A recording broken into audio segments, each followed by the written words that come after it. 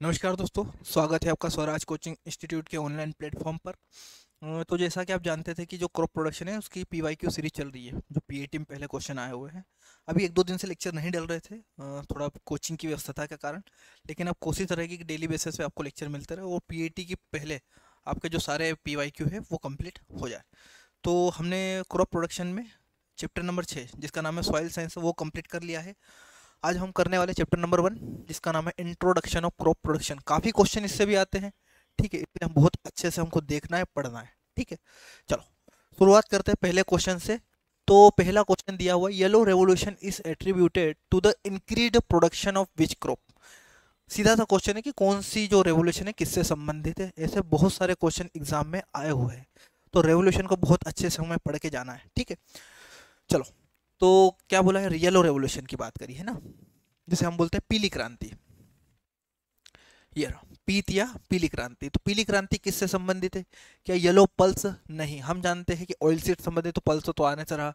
क्या बोला है, ग्रेन क्रॉप? नहीं, ऑयल सीड बिल्कुल सही बात है, ऑल तो आएगा ही नहीं, ठीक है। तो अगर हम बात करें येलो की, येलो मतलब पीली क्रांति, ये किससे संबंधित है बेटा? Oil seed. ऑयल सीड मतलब आपका हो गया तेल वाली, है ना। उसके बाद अगर हम बात करें ग्रीन, जो ग्रीन रेवोल्यूशन है वो किससे संबंधित है? वो है धान्य फसलों से, हिंदी मीडियम वालों। और धान्य मतलब सीरियल क्रॉप में अगर हम मेनली बोले तो दो फसलें आती है, एक तो आती है पेडी और दूसरी आती है व्हीट, ठीक है। तीसरे नंबर पे हम बात करें व्हाइट रेवोल्यूशन की, तो व्हाइट रेवोल्यूशन किससे संबंधित है? मिल्क प्रोडक्शन से। ये तो इन जनरल दो तीन क्रांतियां थी, आगे और क्वेश्चन आएंगे हम और बात करेंगे, ठीक है। चलो, तो बढ़ते हैं हम अगले क्वेश्चन की ओर। दूसरा क्वेश्चन दिया, the optimum temperature at the time of sowing of wheat should B.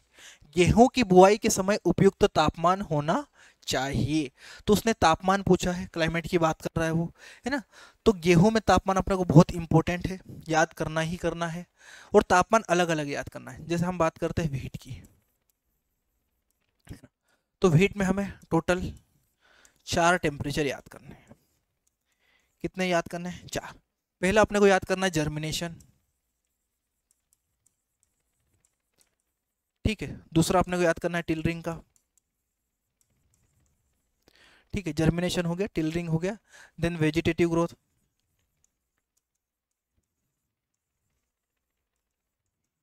और आखिरी में आएगा रिप्रोडक्टिव ग्रोथ,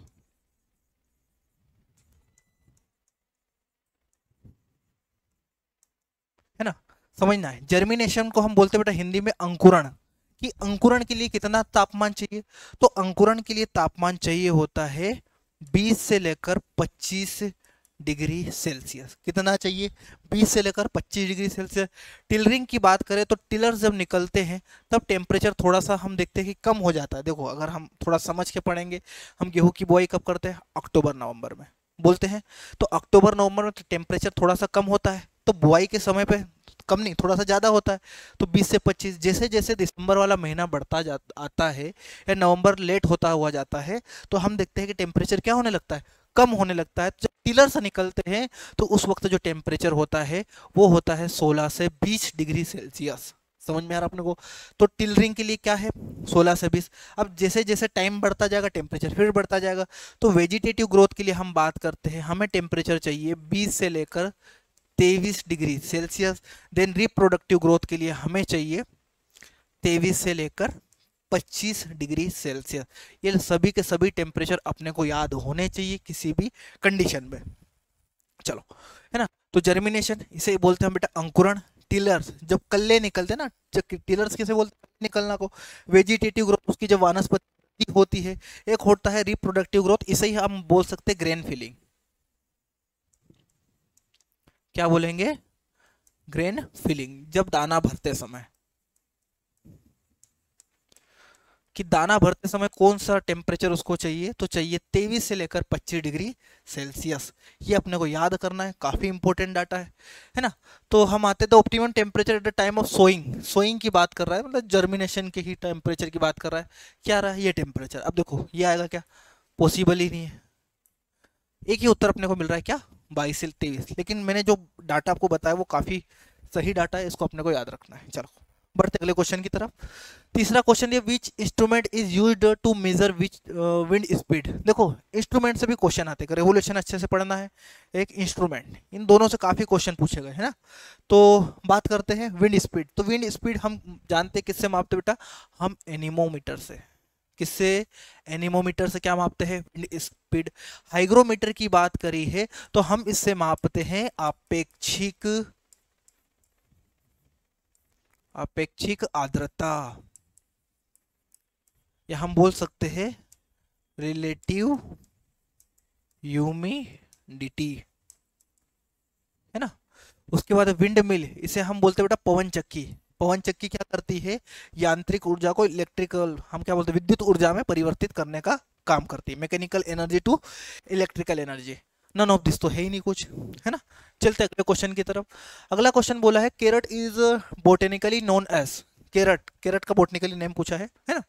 तो क्या है, डेकस केराटा है, हाँ बिल्कुल सही बात है, पहला ही ऑप्शन सही है। रेफेनस सटाइवस, ये नाम होता है बेटा मूली का।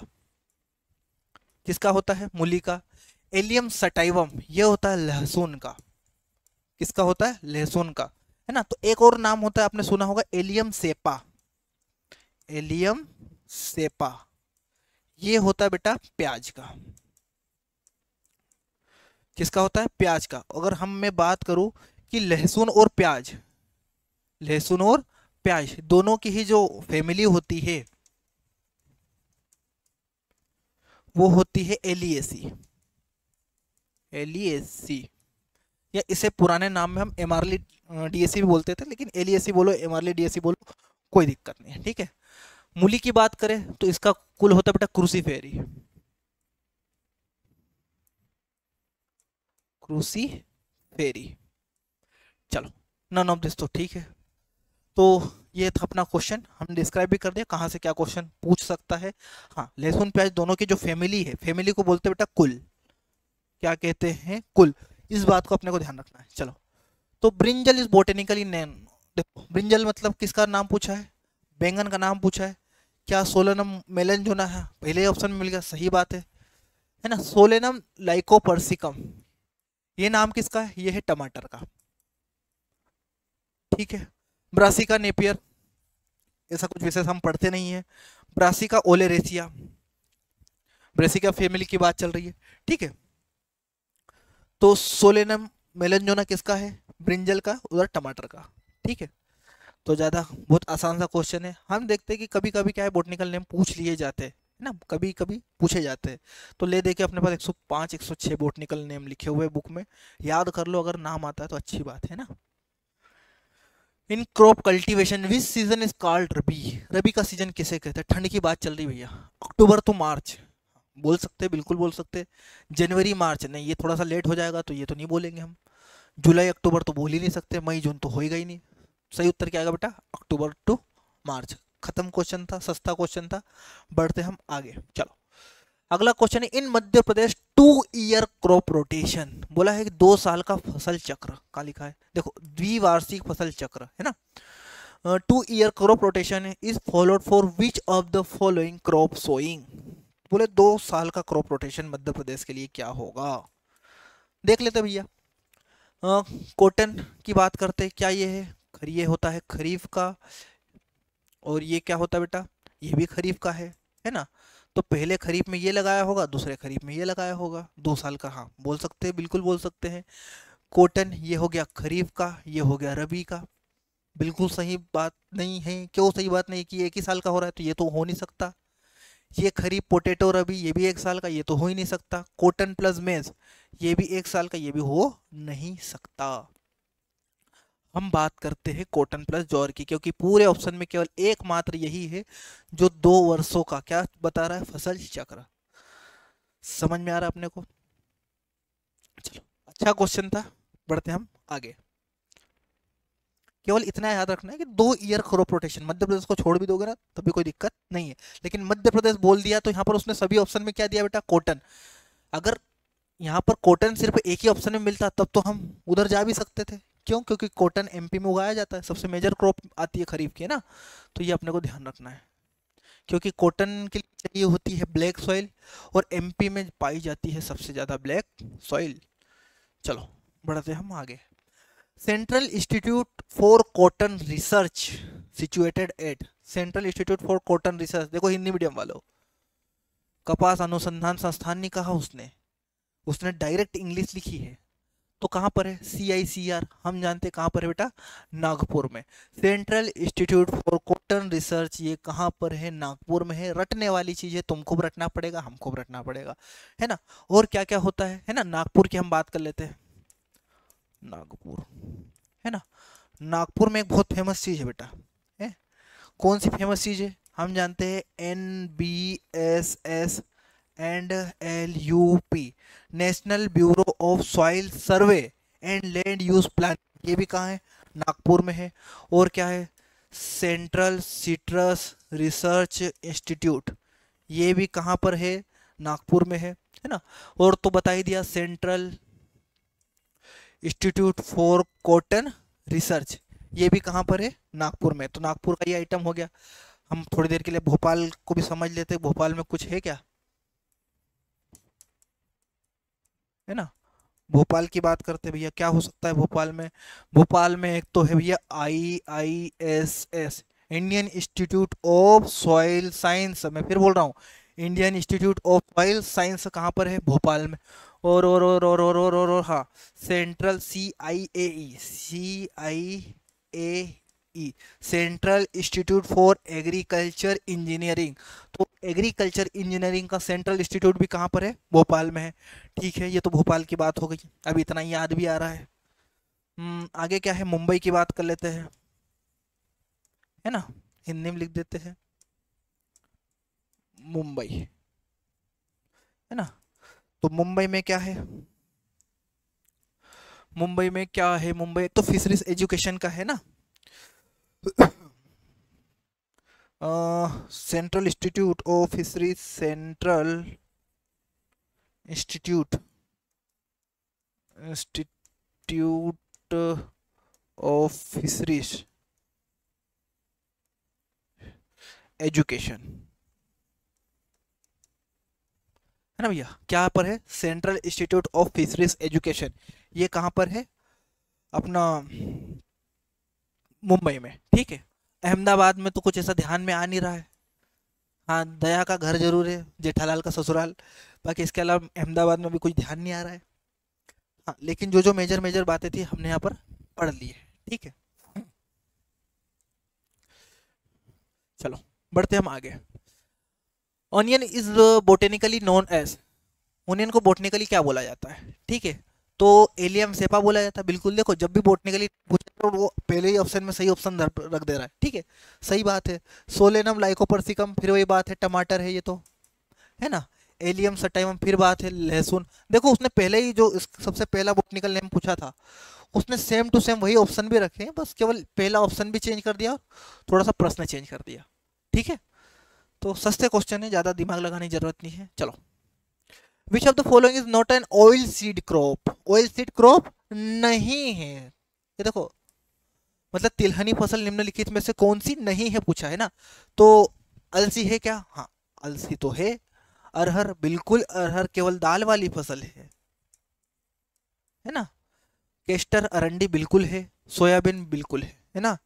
तो एक ही क्वेश्चन मिलता है, मतलब एक ही आंसर मिलता है, क्या बेटा? अरहर। तो सही उत्तर क्या होगा इसका? बी। सस्ता क्वेश्चन है, आगे बढ़ते हैं, ज्यादा कुछ दिमाग लगाने वाली उसमें चीज है नहीं।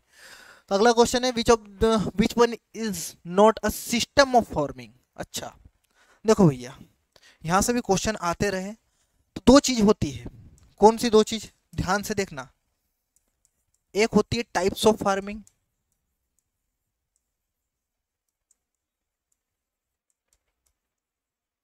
और एक होता है सिस्टम ऑफ फार्मिंग।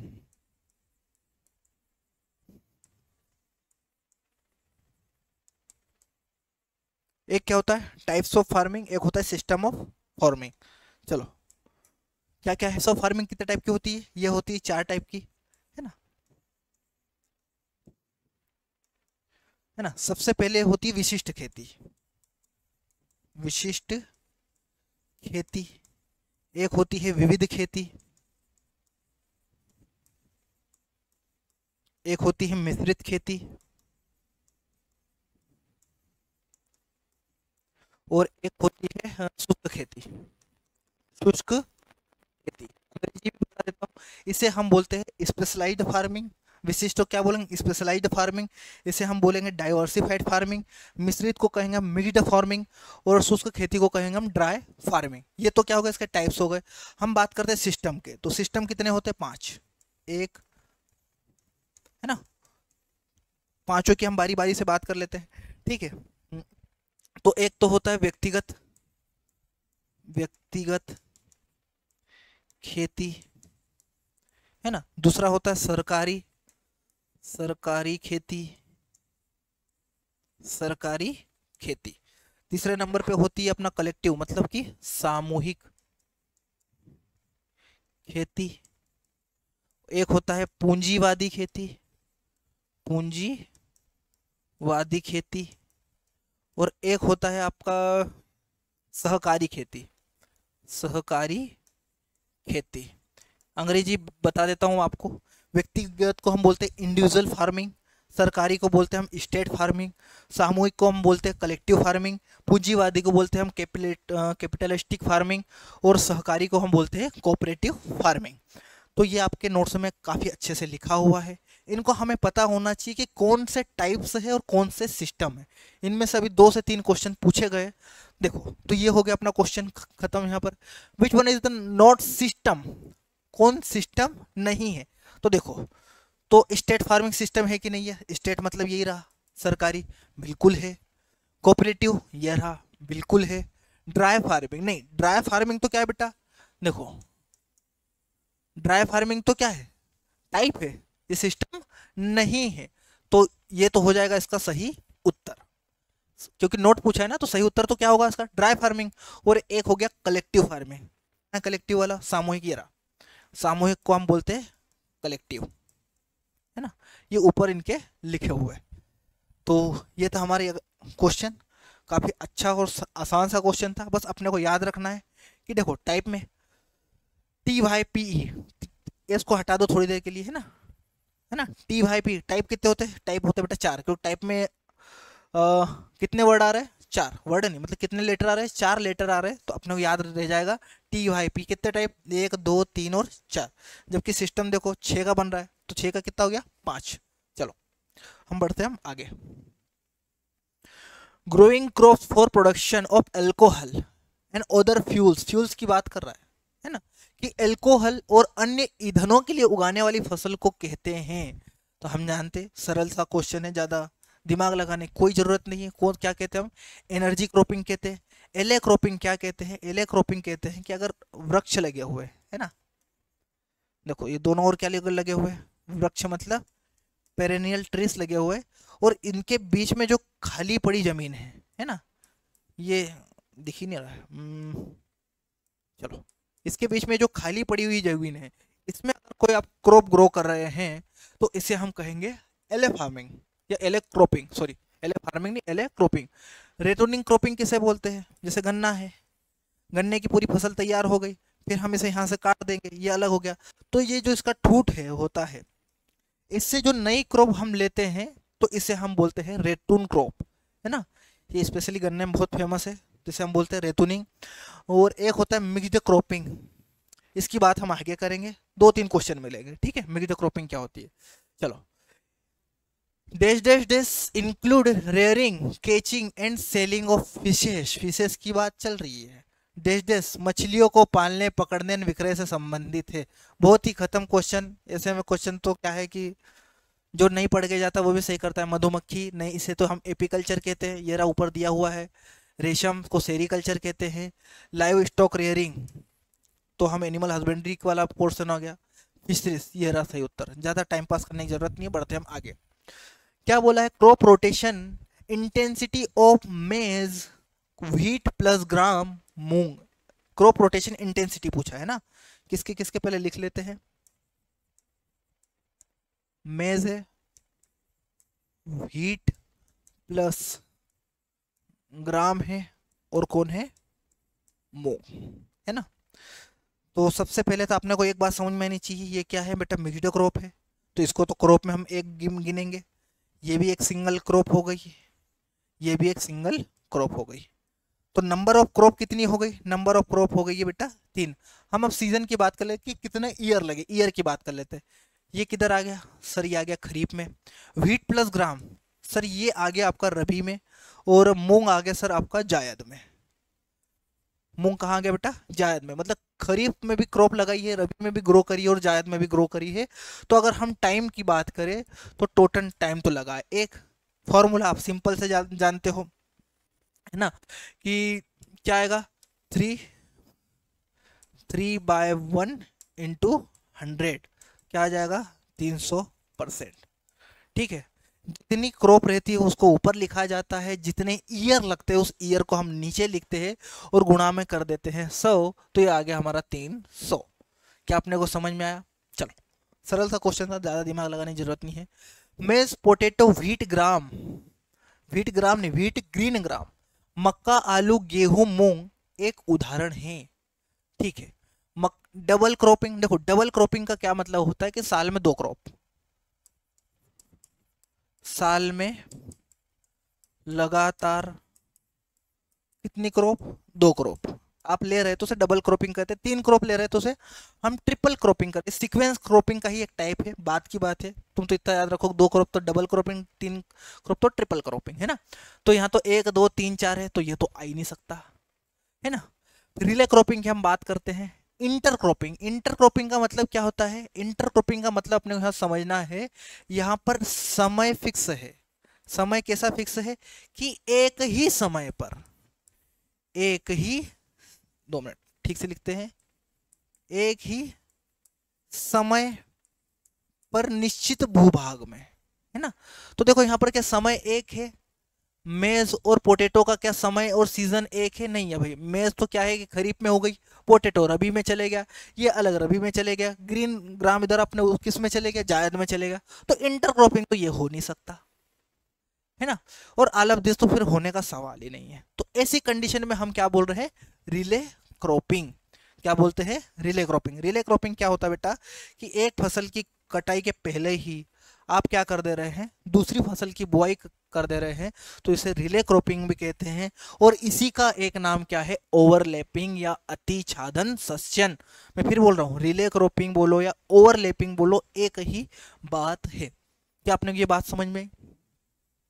ठीक है, तो ये था अपना क्वेश्चन, मेज पोटैटो व्हीट ग्रीन ग्राम। ये किसका एग्जांपल हो जा रहा है? ये हो जा रहा है रिले क्रॉपिंग का। अच्छा क्वेश्चन था। देखो कभी कभी जब टर्मिनोलॉजी से क्वेश्चन आते हैं ना, तो अगर डायरेक्ट क्वेश्चन नहीं बने तो आप ऑप्शन को एलिमिनेट करके भी क्वेश्चन को बना सकते हैं।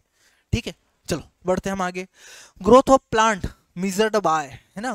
प्लांट की ग्रोथ मेजर करने को बोला है। इसके पहले देखो आया था एक इंस्ट्रूमेंट से क्वेश्चन आया था ना, तो हाइड्रोमीटर, हाइग्रो नहीं है यहाँ पर, क्या है? हाइड्रो।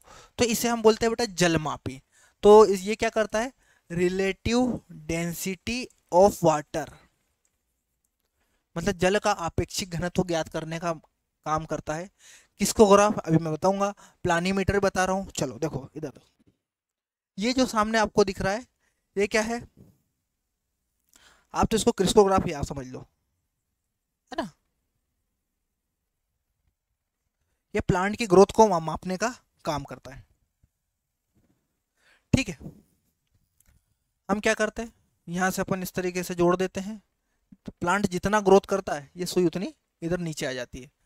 नहीं भी याद रखते तो कोई दिक्कत नहीं है, अपने को तो समझ में आना चाहिए कि जो क्रिस्कोग्राफ है ये, इसे हम बोलते हैं हिंदी में पादप वृद्धि मापी। क्या बोलते बेटा? पादप वृद्धि मापी। प्लानीमीटर क्या होता है? जो एरिया होता है इरेगुलर, मतलब कि कोई फिक्स एरिया नहीं है, मतलब इरेगुलर है। अगर इसका अपने को क्या निकालना हो, क्षेत्रफल निकालना हो, तो हम किसका यूज करते हैं? प्लानीमीटर का करते हैं। देखो ये रहा, अगर ऐसा कोई शेप है और इसका एरिया मापना हो तो हम किसका यूज करते हैं? प्लानीमीटर का। ये क्या है? ये आपको बताया मैंने, हाइड्रोमीटर। ये क्या है? हाइड्रोमीटर। ठीक है, तो ये कुछ डायग्राम थे, अगर हम देख पाए तो अच्छी बात है। आगे दिया हुआ है गजराज घास, है ना। गजराज घास की बात बोलिए, Gajraj grass is the fodder grass belong to which group, annual, perennial, seasonal, none of these. तो बेटा इसको याद कर लो, ये कैसी घास है, पेरेनियल मतलब 12 मासी, है ना, याद ही करना है, ज़्यादा दिमाग लगाने की जरूरत नहीं है। ऐसे क्वेश्चन आते कभी कभी जो थोड़ा सा अपने को दिमाग को हिलाते हैं। तो गजराज घास जैसे हम क्या बोलते हैं, नेपियर। क्वेश्चन यहाँ से याद रखना कि गजराज घास को ही हम क्या बोलते हैं बेटा, नेपियर घास। डायग्राम मैंने लगाया हुआ है, इसको देख लो, ये है आपकी नेपियर घास या गजराज घास। चलो बढ़ते अगले question. Which crop suitable for pulse and oil, मतलब जो पल्स के लिए भी काम में आती है और ऑयल के लिए भी, सुटेबल बोला है ना। निम्न में से कौन सी फसल दाल एवं तेल के लिए उपयोगी है? क्या मटर तेल निकलता है? ना। क्या सोयाबीन से तेल निकलता है? हाँ। क्या सोयाबीन की हम दाल बनाते हैं? तो बोले ना। पर दलहनी है कि नहीं, क्वेश्चन समझना। क्या यह दलहनी मतलब लेग्यूम है कि नहीं है? क्या ये ऑयल सीड है कि नहीं? बोले है। क्या इसकी दाल बनाने के हम काम में लेते हैं? नहीं। सरसों दाल वाली है ही नहीं, मूंगफली दाल वाली है ही नहीं। अब देखो क्वेश्चन का अगर फॉर्मेशन देखे तो जिस हिसाब से उसने क्वेश्चन पूछा हुआ है, क्वेश्चन तो फॉर्मेशन गलत है उसका, पूछने का तरीका। सुटेबल लिख दिया है, बिलोंग टू कर देता तो हम बोल देते कि भाई ये दाल वाली में भी आती है और तेल वाली में भी आती है, पर सुटेबल तो केवल ऑयल सीड के लिए, दाल के लिए सुटेबल नहीं होती है। लेकिन क्वेश्चन जिस तरीके से पूछा है हमको बताना ही पड़ेगा। क्या? सोयाबीन। चलो अगले क्वेश्चन की ओर बढ़ते हैं। विच of the following crop grown in kharif season, kharif season में कौन सी क्रॉप ग्रो की जाती है ना। तो पिजन पी, ओट, बार्ले, चिक पी। ये क्या है भैया, खरीफ की है, बिल्कुल है। लेकिन ये रबी में भी खड़ी रहती है, तो खरीफ और रबी दोनों में आ जाएगी, है ना। ये तो आ गई रबी की, ये तो आ गई रबी की, और जो चना होता है रबी का। तो उसका एक ही उत्तर सही है, वो है पिजन पी। बढ़ते अगले क्वेश्चन की तरफ। Ratio of wheat mustard in intercropping system. हम देखो इंटरक्रॉपिंग क्या होता है कि एक फिक्स्ड पैटर्न में अगर हम दो क्रॉप को एक साथ लगा रहे हैं, रो पैटर्न में, कि कुछ रो तो एक फसल की लगा दी, फिर उसके बाद में हमने एक या दो रो किसकी लगा दी, किस दूसरी फसल की लगा दी, फिर लगा दी मेन क्रॉप, फिर लगा दिया हमने इंटर क्रॉप, है ना। तो इसे हम क्या बोलते हैं बेटा, इंटर क्रॉपिंग बोलते हैं, ठीक है। तो ये पूछ रहा है कि व्हीट और मस्टर्ड को जब हम इंटर क्रॉपिंग में लगाते हैं तो उसका रेशो क्या रखा जाता है। तो हमारी बुक में सीधे सीधे लिखा हुआ है कि उसका रेशो क्या होता है, 9:1 रेशो होता है, ठीक है। और हम बात कर लेते हैं, ठीक है। और क्या क्या पूछा जा सकता है, तो एक मेज और ग्रीन ग्राम, है ना, इसका क्या रखते हैं बेटा, इसका 1:1 रखते हैं, ठीक है। और एक क्या होता है, सोयाबीन प्लस अरहर, सोयाबीन प्लस अरहर, इसका हम क्या रखते हैं, इसका हम रखते हैं 6 से 8:1, ठीक है। तो ऐसे अपने रेशो उसमें लिखे हुए, ये अपने को याद रखना है, ठीक है। एक और होता है सेटारिया प्लस रेड ग्राम,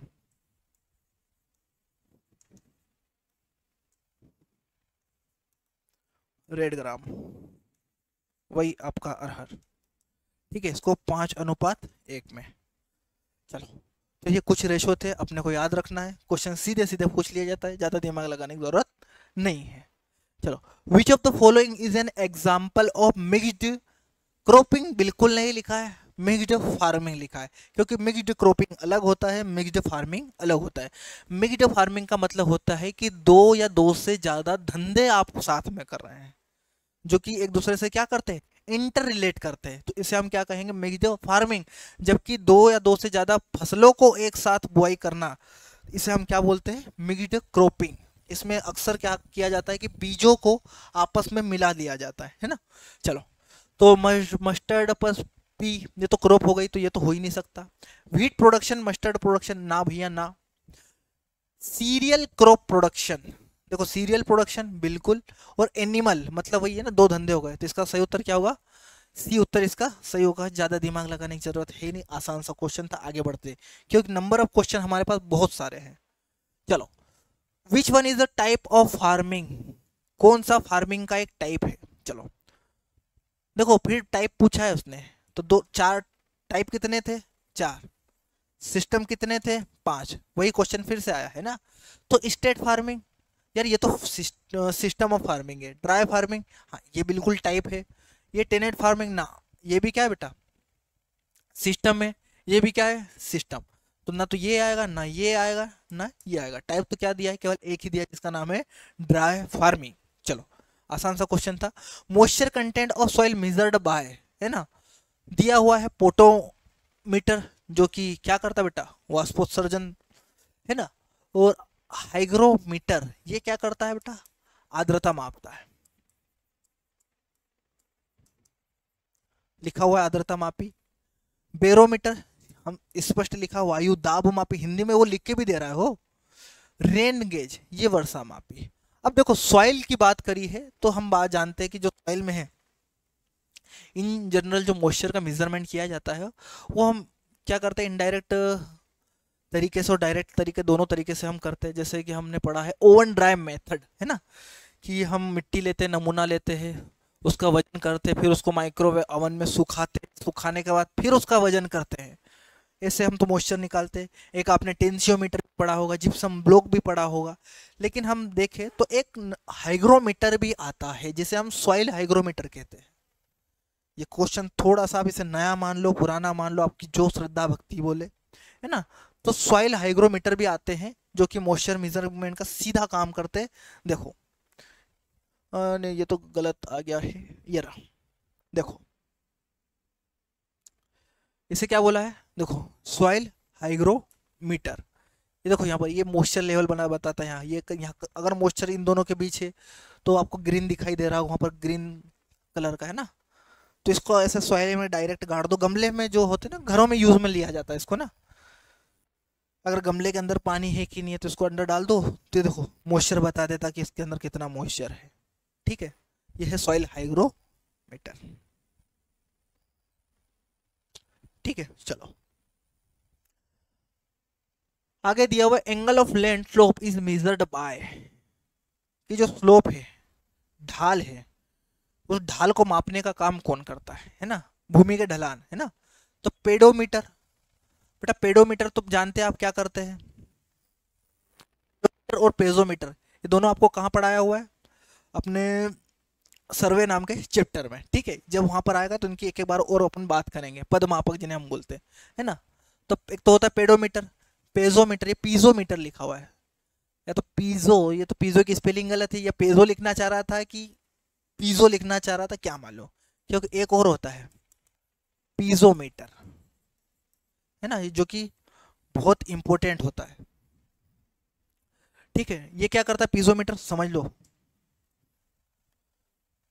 पीजो थोड़ा सा गलत लिखा हुआ है, पीजोमीटर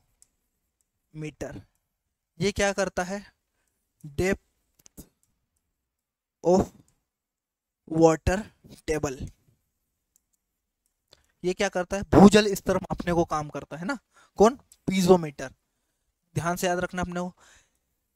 प्रवणता मापी, जैसे लिखा ही है प्रवणता या ढाल मापने का काम करता है क्लाइनोमीटर। स्पीडोमीटर तो आपने देखा होगा, गाड़ियों में लगा आता है, मोटरसाइकिल हो गई, स्कूटी हो गई, उसमें स्पीडोमीटर लगा होता है। तो उसका सही उत्तर क्या होगा? क्लिनोमीटर, है ना, प्रवणता मापी जिसे हम कहते हैं।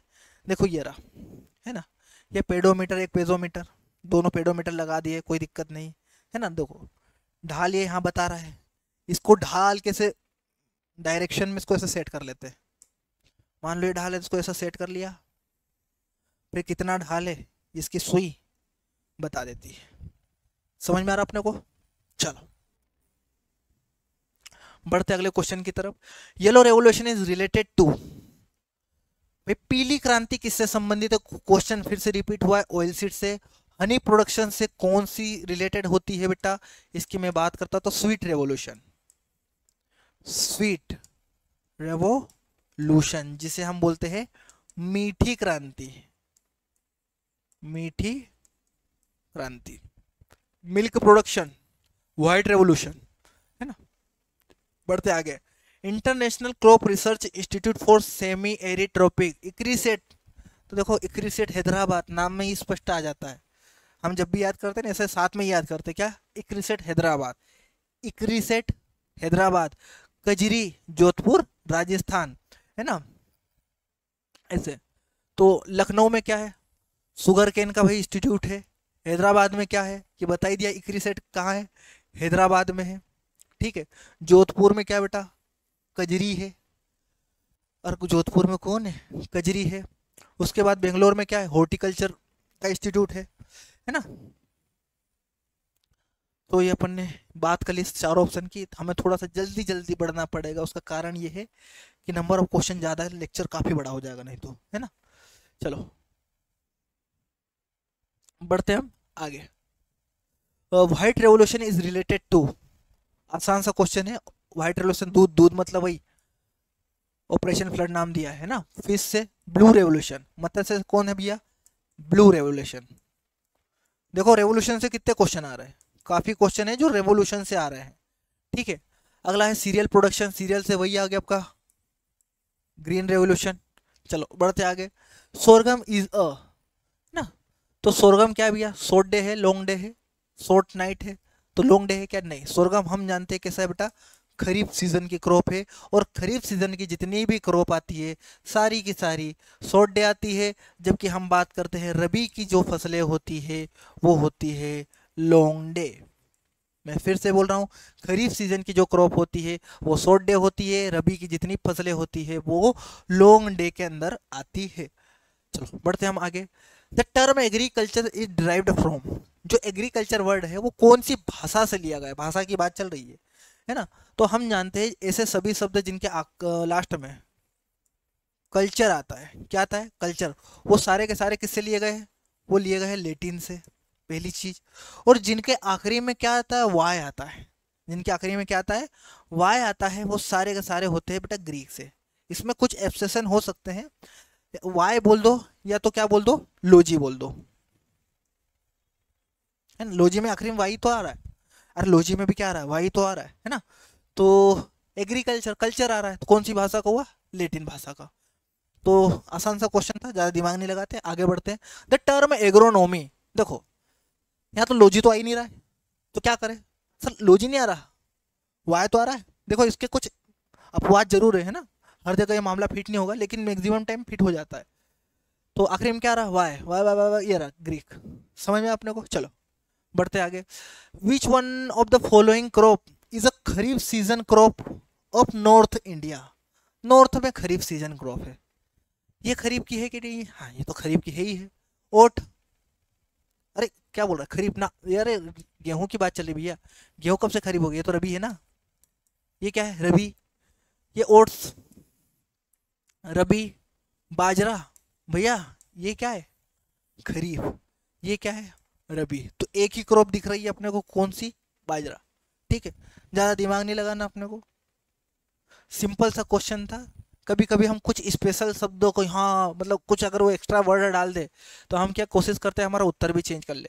लेकिन जब कुछ एक्स्ट्रा वर्ड डाल रहा है और अपने कहीं समझ में नहीं आ रहा, जो अपने को नॉलेज हो उसी के हिसाब से लगाया करो, कुछ चीज़ें केवल घुमाने के लिए दी जाती है। ठीक है, चलो। ज्वार, बाजरा, मक्का, ये सारी की सारी क्या है बेटा, खरीफ क्रॉप है ना। रोजेल एंड मेस्टा, हबिस्कस की बात हो रही है ना। हबिस्कस आपने पढ़ा है, जिसे हम पटसन बोलते हैं। तो क्या है भैया पटसन, रोजेल और मेस्टा, हबिस्कस है, दोनों के दोनों। सीरियल्स, सीरियल है क्या ना, पल्स ना, ऑयलसीड ना, फाइबर बिल्कुल, पटसन है ना। और पटसन कैसी क्रॉप है बेटा, इसलिए बोलते हैं कुछ साथ में तो वो थोड़े बहुत अंग्रेजी चीज़ें याद करना चाहिए, है ना। पटसन कैसी क्रॉप है, फाइबर क्रॉप है ना। इसको अमाड़ी भी बोलते हैं ना। अगर तुमने देखा होगा रोजेल को, रोजेल से हम क्या है कि अमाड़ी की भाजी, सुना, एक मिनट, चलो। तो सिंपल सा क्वेश्चन था, ज़्यादा दिमाग नहीं लगाना। The crop of different height are grown in, मतलब अलग अलग हाइट की फसलें अगर उगा रहे हैं तो उसे हम क्या कहते हैं, क्या इसे हम अले बोलते हैं, नहीं, इसको तो गली खेती बोला जाता है, मतलब दो वृक्षों के बीच में अगर उगाया तो। मल्टी स्टोरीड, हाँ बहुमंजिली खेती, बहुस्तरीय खेती, या मल्टी स्टोरीड एक ही बात है, ये तो सही उत्तर हो गया।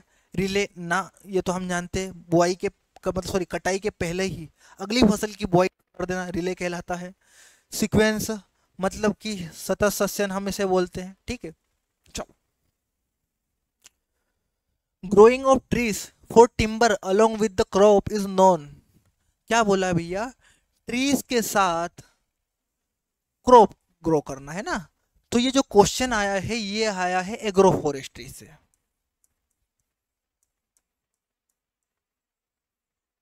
कहाँ से आया, एग्रो फॉरेस्ट्री। अब एग्रो फॉरेस्ट्री के कंपोनेंट होते, अगर इसको आप ध्यान से देख लेंगे तो आपका कोई भी क्वेश्चन गलत से जाने वाला नहीं है, है ना।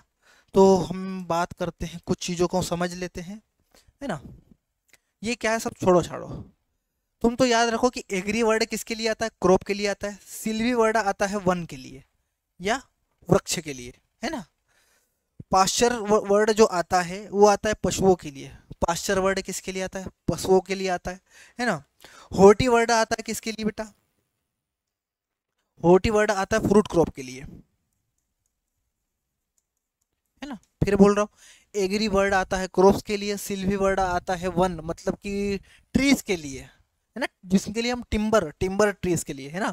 पाश्चर वर्ड आता है एनिमल हस्बेंड्री के लिए। होर्टी वर्ड आता है किसके लिए, आपके फ्रूट क्रॉप के लिए। तो आप देख सकते हैं, देखो और देखो एक और है, एक्वा। एक्वा वर्ड किसके आता है, फिश के लिए आता है ना, पानी के लिए। तो कुछ वर्ड है उनके लिए, अगर आप समझ लोगे तो आपको क्वेश्चन आसान हो जाएगा। तो क्या बोला है, एग्री और सिल्वी, मतलब एग्री मतलब क्रॉप और सिल्वी मतलब टिम्बर ट्रीज। तो यही बोल रहा है ना, क्रॉप तो इसका तो सही हो गया ये। एग्री ये कब आता है, जब वो बात करता है क्रॉप की। होटी मतलब कि जब वो बात करता फ्रूट की। और क्या है, हाँ अगर ये दो बात करता तो दूसरा ऑप्शन आता है। तीसरे की बात करते जब वो बात करता फ्रूट की और बात करता एनिमल की, तब तो कौन सा ऑप्शन आता है, तीसरा ऑप्शन आता है।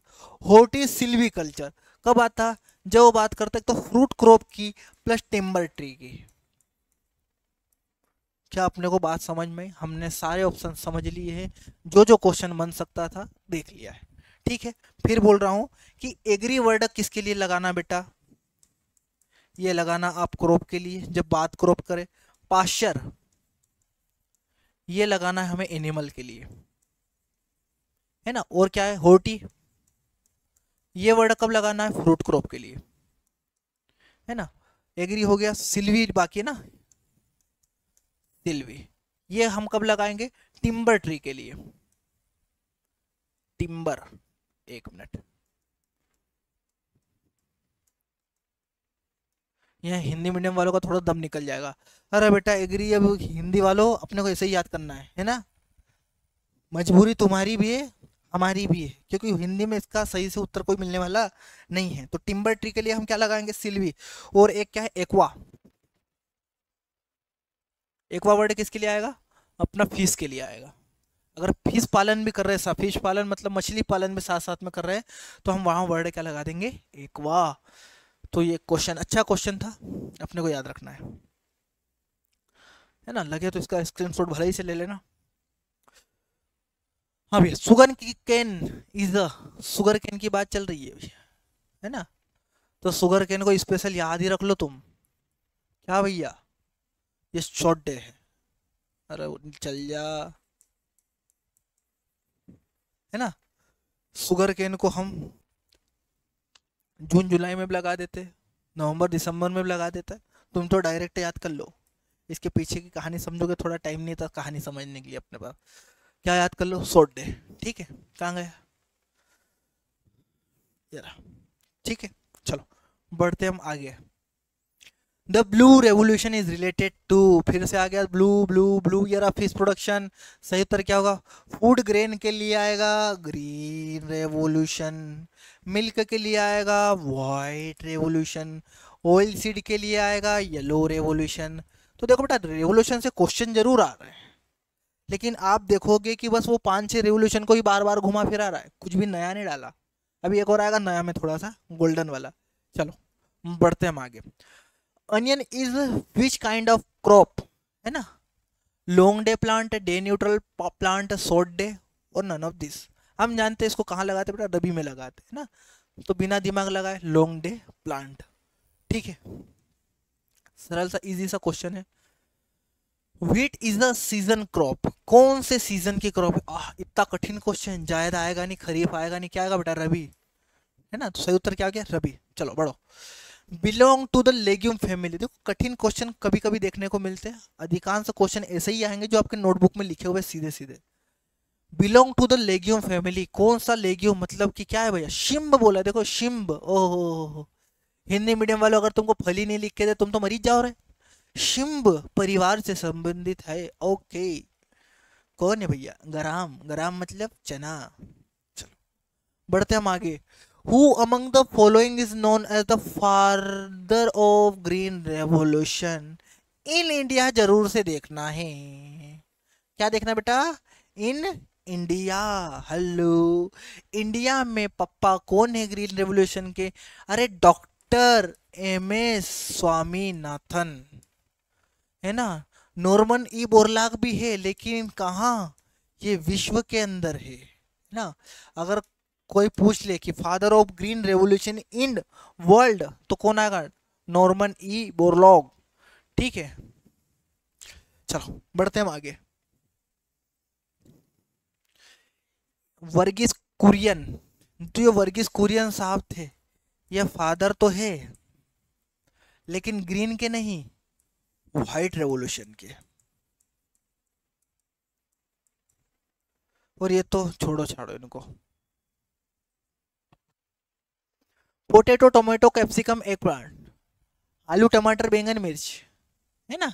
मिर्च बैंगन लिखा है। ये सारे के सारे थोक में जो होते हैं ये सोलेनेसी परिवार के हैं।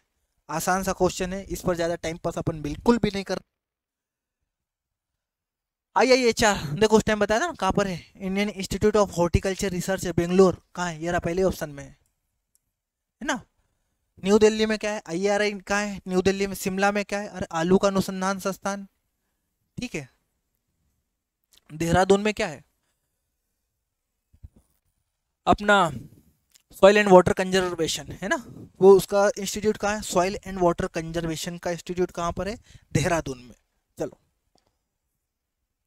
आगे बढ़ते हैं। In India monocropping of is very common, very common. हम जानते हैं लोग चावल मतलब कि पेड़ी को लगाना उनको कुछ ज़्यादा ही पसंद है। कुछ नहीं करेंगे खरीफ सीजन में, बस केवल पेड़ी लगा देंगे, कोई दिक्कत नहीं, चलने दो। तो जूट, पोटैटो, मस्टर्ड और राइस। तो राइस बोलो या पेडी बोलो, आसान सा क्वेश्चन था भैया। मोनोक्रॉपिंग क्या होता है ये समझ लो, है ना? मोनोक्रॉपिंग का मतलब होता है साल में एक फसल,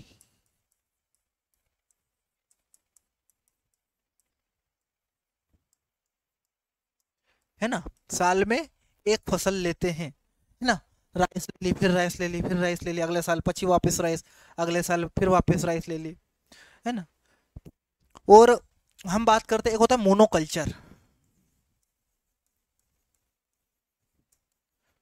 मोनोकल्चर में क्या करते हैं कि हम एक ही फसल को साल में बार बार उगाते हैं। राइस निकला नहीं कि वापस राइस बो दिया, और राइस वापस, और वापस राइस, है ना? तो एक ही फसल को अपन ने कल्चर बना लिया। मोनोक्रॉपिंग में क्या है कि हम एक फसल को केवल एक साल में लगाते हैं, सॉरी, एक साल में केवल हम एक फसल लगाते हैं। ठीक है। और मोनोकल्चर में क्या होता है कि हम बार बार लगाएंगे, लेकिन एक ही फसल को हम साल में बार बार लगाते रहते, उसे हम बोलते हैं मोनोकल्चर। चलो बढ़ते हम आगे। Which year was regional rural banks establish, RRBs? भैया इनको बोलते हैं RRB, है ना? RRBs, regional rural banks. तो आपको पता होना चाहिए, ये हुआ था 2 अक्टूबर, 2 अक्टूबर 1975 को। जो पहला रीजनल रूरल बैंक है, 2 अक्टूबर 1975 को। कहाँ पर? यूपी, मुरादाबाद, मुरादाबाद में। और ये कहाँ है? यूपी में खोला गया। और उस बैंक का नाम था, बैंक का नाम क्या था? प्रथमा बैंक, प्रथमा बैंक। पहला रीजनल रूरल बैंक का नाम क्या था? प्रथमा बैंक था। और इसको किसने स्पॉन्सर्ड किया था? कभी कभी अगर ये पूछ ले तो उसको स्पॉन्सर्ड करने वाला बैंक था सिंडिकेट बैंक, सिंडिकेट बैंक। है ना। तो इससे 4 क्वेश्चन बनते हैं इन जनरल, किसी भी एग्जाम की बात करो, है ना। तो रीजनल रूरल बैंक पहली बार कब? 2 अक्टूबर 1975। तो इसका उत्तर तो हो गया 1975। कहाँ? तो बोले मुरादाबाद यूपी में। कौन सा बैंक था? Regional rural bank. नाम क्या था? प्रथमा बैंक। क्या नाम था? प्रथमा बैंक। अब देखो ये रीजनल रूरल बैंक किसी राष्ट्रीय बैंक के अंदर आते थे, है ना, जो नेशनल बैंक थे उनके अंदर आते थे। और इसको किसने स्पॉन्सर्ड किया था? इसको जो स्पॉन्सर्ड करने वाली बैंक थी वो थी सिंडिकेट बैंक। ठीक है, चलो 4 क्वेश्चन बन सकते हैं, यहाँ से अपन ने डिस्कस कर लिए। Cauliflower is the indicator plant of, किसकी डेफिशिएंसी का है ना। तो यहाँ पर एक दिया हुआ है कॉलीफ्लावर, मैं एक और लिख देता हूँ, क्या? कैबेज। ये दोनों के दोनों किसके बेटा? नाइट्रोजन के। किसके हैं? नाइट्रोजन के। और सुनो तो सही, ये मोलिब्डेनम के भी है, दोनों दोनों। ये नाइट्रोजन की डेफिशिएंसी को भी बताते हैं, साथ में मोलिब्डेनम की डेफिशिएंसी को भी बताते। और भी है लेकिन और जाने दो उधर उधर, है ना। तो सबसे पहले तो अपने को नाइट्रोजन दिखे तो नाइट्रोजन टिक लगाना है, और नहीं दिखे तो फिर हमको मोलिब्डेनम लगाना है। तो पोटेशियम की कमी को बताता है बेटा पोटैटो। कौन बताता है? पोटैटो। फास्फोरस की कमी को बताता है रेप सीड। कौन बना कौन बताता है? रेप सीड, है ना। नाइट्रोजन की कमी को कौन बताता है? यही रहा कॉलीफ्लावर और केबेज। तो उत्तर तो हो गया नाइट्रोजन। और मोलिब्डेनम की कमी को भी कॉलीफ्लावर और केबेज ही बताते हैं, है ना। हम जानते हैं कि मोलिब्डेनम की कमी से एक बहुत खतरनाक रोग होता है ना। कौन सा होता है? सोचो, बहुत फेमस क्वेश्चन है। एक तो खेरा डिसीज ऑफ राइस, है ना, और एक मोलिब्डेनम की कमी से होता है कॉलीफ्लावर में। चलो मैं नहीं बताऊंगा, तुमको ही सोचना है। चलो बढ़ते हम आगे। भैया फिर बोल रहा हूँ, अच्छे से याद कर लेना।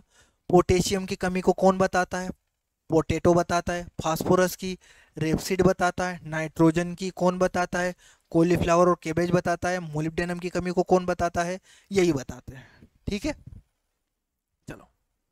The yellow revolution. देखो येलो रेवोल्यूशन से कितने बार बार येलो येलो येलो को पूछा जा रहा है, क्वेश्चन रिपीट हो रहा है बार बार। ये रहा ऑयल सीड इडेबल ऑयल। अब अगर इससे अंदर से जो क्वेश्चन जाए कि ऑयल सीड में भी मेनली कौन था, तो आप बता देना मस्टर्ड, है ना। कि अगली बार क्वेश्चन पूछ ले कि येलो रेवोल्यूशन रिलेटेड टू, और क्रॉप के नाम लिख दे, तो हमको बताना क्या बेटा? मस्टर्ड, है ना। फिर से ब्लू रेवोल्यूशन। एग से सिल्वर। हाँ भैया, एग प्रोडक्शन से कौन है? सिल्वर है। जबकि मिल्क प्रोडक्शन से कौन है बेटा? व्हाइट। व्हाइट रेवोल्यूशन किससे रिलेटेड है? मिल्क से ऑयल सीड येलो, और फिश से ब्लू, एग से सिल्वर। यहाँ पर एक रेवोल्यूशन की बात मैं और करना चाहूंगा। एक होती है बेटा सिल्वर रेवोल्यूशन,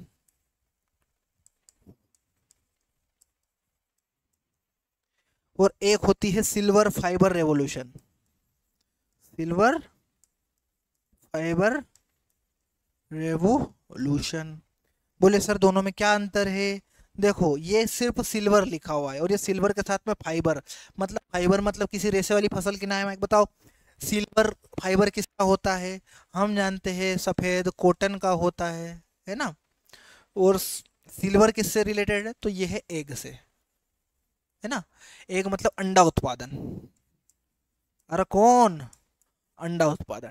ठीक है बेटा। देखो अभी हिंदी मीडियम वालों को लग रहा है क्या अत्याचार चल रहा है हमारे साथ, ब्लू क्यों बोल रहे हैं, उसको नीला क्यों नहीं बोल रहे। तो बेटा छोटी छोटी चीजें, इनको तो आपको अंग्रेजी में याद करना ही चाहिए। अपने पूरे पारियों तो करते हैं। हाँ, the digital is related to the production of honey and horticulture. देखो बेटा, हनी और हॉर्टिकल्चर इन दोनों को उसने साथ में घुसाया है।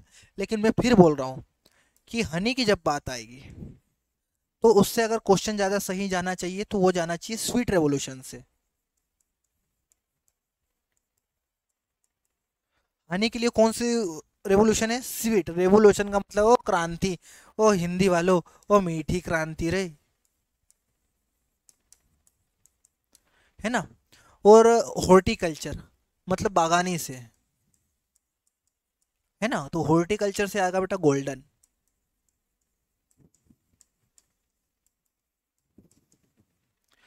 ठीक है, तो नीली ये तो होती है मछली से। पीली ये तो इतनी बार आ गया कि अब सपने में भी उठा के पूछे तो बनना चाहिए। गोल्डन ये होती है हॉर्टिकल्चर। ग्रीन ये होती है राइस व्हीट। ये हम बोल सकते हैं धान्य फसलें, है ना। अब पर चूंकि उसने हानि और साथ में भर दिया तो हम किस ऐसी कंडीशन में किसके साथ जाएंगे, गोल्डन। लेकिन जब भी अलग अलग आए तो हमें इस बात का विशेष रूप से ध्यान रखना है। क्या ध्यान रखना है, ये ध्यान रखना है। चलो बढ़ते हम आगे। Growing of two crops simultaneously on the same piece of land, है ना। बहुत अच्छा क्वेश्चन है। इसी क्वेश्चन के लिए मैंने वहां पर आपको बताया नहीं था मिक्स्ड फार्मिंग का, है ना, सॉरी मिक्स्ड फार्मिंग नहीं, मिक्स्ड क्रॉपिंग का। क्या बोला है, growing of two crops simultaneously on the same piece of land with definite row pattern, है ना। हिंदी मीडियम वालों मरो मत, एक निश्चित पंक्ति पैटर्न के साथ, है ना। भूमि के एक ही टुकड़े पर एक साथ दो फसलें उगाने को क्या कहते हैं, बात समझो। ये देखो ये खेत है ना। क्या बोला है कि ये हमारी मेन क्रॉप है। मेन क्रॉप की हमने 5 कतारें लगा ली, फिर एक क्रॉप लगा ली, है ना, फिर एक 5 क्रॉप लगा ली, 5 क्रॉप नहीं 5 कतार, फिर एक बीच में एक हमने इंटर क्रॉप लगा ली, फिर एक लगा लिया इस तरीके से। फिर हमने क्या कर लिया, समझ में आ रहा है कि हम एक डेफिनेट रो पैटर्न अरेंज कर रहे हैं कि 5:1 कि 6:1 कि 1:1, है ना। तो इसे हम कहते हैं बेटा इंटरक्रॉपिंग। क्या कहेंगे, इंटरक्रॉपिंग। पूरी डेफिनेशन अगर सेम है, बस यहाँ पर जो बोला है ना डेफिनेट रो पैटर्न, यहाँ अगर बोल दे कि विदाउट एनी पैटर्न, हेलो क्या बोल दे कि विदाउट एनी पैटर्न, मतलब किसी पैटर्न को ध्यान में नहीं रखा जाता, तो ऐसी कंडीशन में वो कार्यक्रम किसका हो जाता है, मिक्स्ड क्रॉपिंग का। हम यहाँ पर बोल सकते हैं कि without pattern, without any pattern, pattern या रो पैटर्न, है ना। हिंदी मीडियम वालों समझ में आया बेटा। अगर कुछ नहीं है तो बीजों को मिक्स कर रहे हैं और लगा रहे हैं, या तो हमने आसपास फसलें लगा दी है ना, बॉर्डर क्रॉप जिसे हम बोलते हैं, तो याद रखना है ना। अच्छा क्वेश्चन था, डेफिनेशन बड़ी ही प्यारी होती है। मोनोक्रॉपिंग साल में एक फसल लेना, लगातार फसलें लेना सीक्वेंस क्रॉपिंग, है ना, या अनुक्रम फसल। चलो ये था अपना। अगला क्वेश्चन की ओर बढ़ते हैं। तो 49 नंबर का क्वेश्चन बोलता है to get the maximum benefit to crop rotation. अगर क्रॉप रोटेशन से आपको ज्यादा लाभ चाहिए तो रोटेशन में डैश डैश को शामिल किया जाना चाहिए। और हम जानते हैं, हम क्या, कोई भी जानता है, जिसको कुछ नहीं आता वो भी जानता है कि फसल चक्र में कम से कम एक पल्स तो होना ही चाहिए। तो इसका उत्तर क्या आएगा, सीरियल नॉट ऑयल सीड ना केस, क्या आएगा पल्स। आसान सा क्वेश्चन था, आगे बढ़ते हैं। Who is the father of operation flood, पहले ही बता चुका हूं, नॉर्मन ई बोरलॉग विश्व में हरित क्रांति के पिता है। एम एस स्वामीनाथन भारत में हरित क्रांति के पिता है। और वर्गीस कुरियन ये कौन है, ये सफेद क्रांति, जिसे हम व्हाइट रेवोल्यूशन के नाम से भी जानते हैं, उनके पिताजी है। चलो, growing plant of different height at the same field, अभी बोला ना अलग अलग हाइट पे फसलें उगाना, क्या कहते हैं, मल्टी टीयर क्रॉपिंग या मल्टी स्टोरेज क्रॉपिंग। रिले हम जानते हैं इंटर क्रॉपिंग, जस्ट पढ़ के आ रहे हैं, है ना, बहुस्तरीय सस्यन। इसका सही उत्तर होगा स्टीयर क्रॉपिंग। स्टीयर मतलब कि सीढ़ीदार, स्टीयर मतलब सीढ़ीदार, आप याद रखना। चलो, और तो बहुत बड़ा क्वेश्चन आ गया, कठिन है सरल है। विच of the following is associate with rainbow revolution. अच्छा, फिर रेवोल्यूशन से क्वेश्चन आया। रेवोल्यूशन से कितने क्वेश्चन आए, बहुत सारे क्वेश्चन आए। जितने सामने वाली मैसेज नहीं आते उससे ज्यादा क्वेश्चन रेवोल्यूशन के आए हुए। समझो मेरी बात को। तो रेवोल्यूशन, और वो भी कौन सी, रेनबो रेवोल्यूशन। तो हम जानते हैं कि सभी क्रांति एक साथ, सभी क्रांति एक साथ, जितनी भी क्रांतियां हैं उन सभी को, क्रांतियों को अगर हम एक साथ मिला दे तो हम देखो कोई सी भी क्रांति बेटा, उनके जो नाम रखे गए हैं, उनके नाम किस बेसिस पर रखे गए, उनके नाम रखे गए कलर के आधार पर, है ना।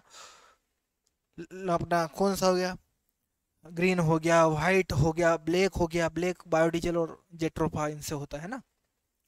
रेड होता है, पिंक रेवोल्यूशन होता है ना। गोल्डन होता है, सिल्वर होता है, गोल्डन फाइबर होता है, सिल्वर फाइबर होता है। तो हम देखो सब कलर की बात करो, सभी कलर को मिला देंगे तो रेनबो नहीं बनता बेटा, इंद्रधनुष। तो देखो कौन बोल रहा है, ज्यादा टाइम पास नहीं करते, तुम पढ़ा करना। ये देखो आखिरी वाला ऑप्शन देखो, fishery, poultry and animal husbandry as well as agriculture, horticulture, forestry, सभी को एक साथ। कृषि, बागवानी, वानिकी, मत्स्य, मुर्गी पालन, पशुपालन एक अभिन्न विकास कार्यक्रम। ठीक है, चलो बढ़ते अगले क्वेश्चन की ओर। क्वेश्चन बढ़ा है इसका मतलब ये थोड़ी ना कठिन है। विच of the following is the best combination of mixed cropping. Hello, क्या बोला बेटा, मिक्स्ड क्रॉपिंग का बेस्ट कॉम्बिनेशन होगा, ठीक है। मिश्रित फसल बोला है ना। हेलो, मिश्रित सस्यन बोला या मिश्रित फसल, मिश्रित खेती नहीं बोला, याद रखना है अपने को। मिश्रित सस्यक्रम, और हमने पढ़े हुए हैं मिश्रित सस्यक्रम के सिद्धांत। हेलो, हमने मिश्रित सस्यक्रम के सिद्धांत पढ़े हुए, दलहनी के साथ अदलहनी, गहरी जड़ वाली के साथ उथली जड़ वाली, कम खाद चलो। तो पेडी के साथ व्हीट, ये तो दोनों की दोनों सीरियल हो गई। आहा, मस्टर्ड एंड ग्राम, मस्टर्ड के साथ ग्राम लगा सकते, बिल्कुल लगा सकते, कोई समस्या नहीं है। व्हीट के साथ लेंटिल लगा सकते, व्हीट हो गई सीरियल क्रॉप, लेंटिल हो गई लेग्यूम क्रॉप, लगा सकते, बिल्कुल लगा सकते हैं। पोटैटो, स्वीट पोटैटो, ना भैया ना। तो ऑप्शन अपने पास देखो दो ही बचते हैं, कौन कौन से, एक तो हो गया व्हीट और मस्टर्ड, नहीं व्हीट और लेंटिल बोला है ना, और क्या बोला है, मस्टर्ड, और क्या बोला, ग्राम। ग्राम मतलब होता है बेटा चना, व्हीट मतलब गेहूं। ओ हिंदी मीडियम वालों, ये बेटा छोटी छोटी चीजें है ना, याद कर लेना। मसूर, चलो व्हीट को क्या बोलते, गेहूं, ये मसूर। तो हम क्या इन दोनों को साथ लगा सकते हैं, बिल्कुल लगा सकते हैं, बस दिक्कत एक ही है, दिक्कत ये है कि ये हार्वेस्टिंग के टाइम पे एक दूसरे को ओवरलैप करती है। मतलब कहने का मतलब ये है कि इन दोनों का हार्वेस्टिंग टाइम एक ही होता है, अर्ली समर। अर्ली समर मतलब कि जब गर्मियों की शुरुआत होती है तो दोनों का हार्वेस्टिंग टाइम एक ही हो जाता है। इस कारण थोड़ी सी समस्या अपने को आ सकती है। लेकिन हम बात करें कि मस्टर्ड और ग्राम, ये बेस्ट कॉम्बिनेशन होगा मिक्स्ड क्रॉपिंग के लिए। समझ में आ रहा है अपने कुछ, फिर बोला हूँ, अगर नियम कायदे कानून अच्छे से जानते होंगे तो क्वेश्चन बनेगा, नहीं तो नहीं बनेगा। हाँ, क्वेश्चन हमें ऐसा भी नहीं बोलूंगा बिल्कुल आसान क्वेश्चन है, मीडियम से थोड़ा हाई लेवल का क्वेश्चन है, क्योंकि यहाँ पर अपने को दो क्वेश्चन, दो ऑप्शन जो है वो परेशान करने वाले हैं। कौन, एक व्हीट वाला और एक मस्टर्ड वाला, है ना। ठीक है, जानकारी के लिए बता दूं, सही ऑप्शन इसका होगा बेटा मस्टर्ड और ग्राम। चलो बढ़ते हम आगे। जायद क्रॉप आर ग्रोन ड्यूरिंग, जायद की बात चल रही भैया, गर्मी की। अक्टूबर से दिसंबर नाजी नाना, जुलाई से अक्टूबर नाजी नाना, दिसंबर से मार्च नाजी नाना, केवल एक ही आएगा, हाँ जी हाँ हाँ। क्या टाइम हो रहा है, बहुत टाइम बाकी है अब तो। Which of the following crop belong to fibre crop, fibre crop पूछा है, मतलब कि कौन सी रेशे वाली फसल है ना भैया। तो गेहूं है, जूट है, गन्ना है, धान है। गेहूं तो हो ही नहीं सकती, जूट जरूर से है ना। गन्ना सरकरा वाली है, धान तो सीरियल क्रॉप है, मतलब धान्य फसल है। अब देखो, है ना, एक होता है बेटा गोल्डन रेवोल्यूशन, जो कि संबंधित है बागवानी से, है ना। एक रेवोल्यूशन आती है गोल्डन फाइबर रेवोल्यूशन, ये किससे संबंधित है, गोल्डन फाइबर रेवोल्यूशन, तो ये संबंधित है बेटा जूट से। है ना। ये भी एक अच्छा सा क्वेश्चन है। तो सिल्वर और सिल्वर फाइबर बता दिया, गोल्डन और गोल्डन फाइबर बता दिया। मरने का काम बिल्कुल अब होना नहीं चाहिए, क्वेश्चन आए तो बनना चाहिए आसानी के साथ। तो ये क्वेश्चन बन गया अपना से, which of the following crop belong to fibre. तो हम जानते हैं फाइबर क्रॉप कौन सी, केवल जूट ही इसके अंदर अपने को दिखाई दे रही है। चलो, which of the following combination of crop rotation is best for medium land situation, है ना। कौन क्या बोला, क्रॉप रोटेशन की बात करी है, कौन सा क्रॉप रोटेशन बेस्ट होगा। पेडी सीरियल क्रॉप है। तो क्रॉप रोटेशन में क्या है कि हम फसल को अदल बदल कर इस प्रकार से बोते हैं जिससे कि भूमि की उर्वरा शक्ति बनी रहे। कहने का मतलब कि सॉइल की फर्टिलिटी मेंटेन होनी चाहिए, है ना। और फसलों को हम क्या करते हैं, बदलते रहते हैं, है ना। तो देखो, धान के बहुत क्या आ गया बेटा, गेहूं आ गया, दोनों सीरियल क्रॉप है, थोड़ी सी तकलीफ दे सकती है, लेकिन क्या है कि आगे बढ़ते हैं। तिल है, ये तो तेल वाली, तो पल्स की तो जगह ही नहीं रहती है ना भैया। आलू, धान आया, आलू आया, फिर तिल आ गया, पल्स तो है ही नहीं, हटो।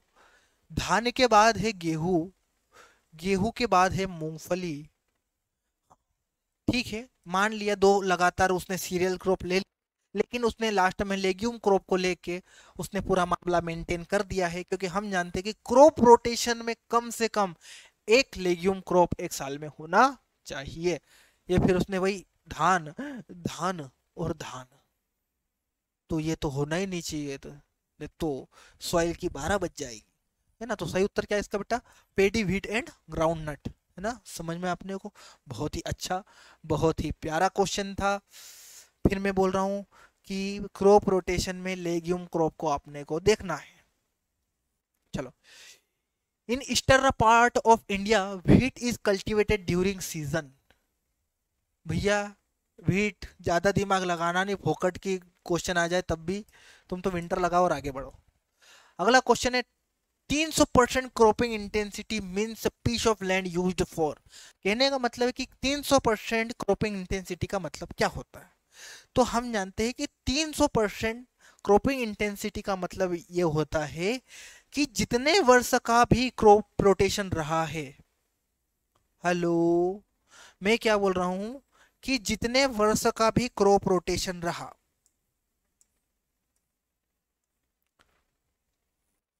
मान लो ये 4 वर्षों का क्रॉप रोटेशन है हर साल, तो हम देखेंगे कि ऑन एन एवरेज हर साल कितनी आना चाहिए, 3 फसलें अगर आ रही है एक साल में। ऐसा जरूरी नहीं हर साल 3 हो, किसी साल 2 लेके अगले साल 4 ले लिया, तब भी उसका एवरेज 3 निकल आएगा। मेरी बात समझना, क्या कि अगर एक साल में ऑन एन एवरेज पूरे रोटेशन का अगर एवरेज 3 क्रॉप निकल रहा है, तो उसका मतलब होता है कि उस फार्म की जो क्रॉपिंग इंटेंसिटी है वो कितने परसेंट है, 300% है। एक साल में 3 मौसम 3 प्रकार की फसलें उगाई जाती है, एक वर्ष में केवल एक ही मौसम में एक फसल उगाई जाती है, एक साल में 4 मौसम 4 फसल उगाई जाती है, एक साल में 2 फसल। अरे नहीं भैया, 300% का सीधा सीधा मतलब होता है 3 number crops grown in 3 season in a year. क्या अपने को बात समझ में आया।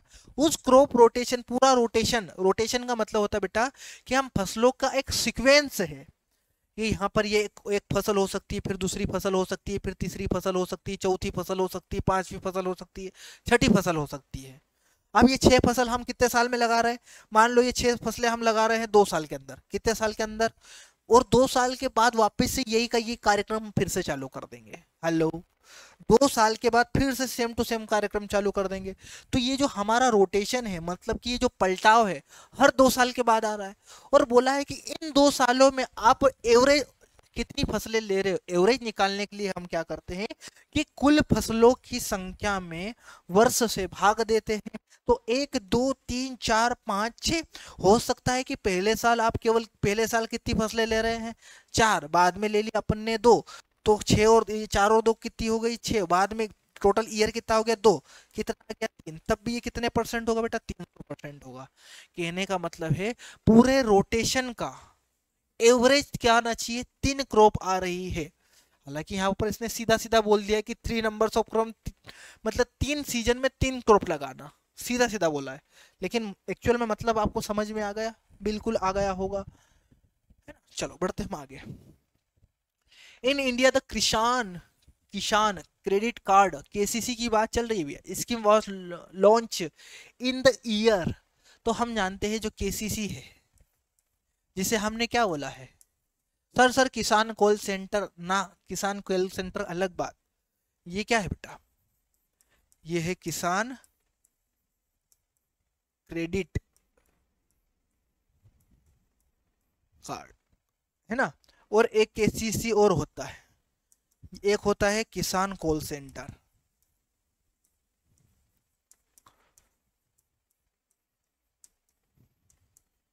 है ना। तो ये जो केसीसी पूछा है बेटा, ये पूछा है ये 1998 वाला, जिसको हमने बोला है किसान क्रेडिट कार्ड। एक किसान कॉल सेंटर्स होते केसीसी, जिनको हम बोलते हैं कि ये आए थे 2004 में।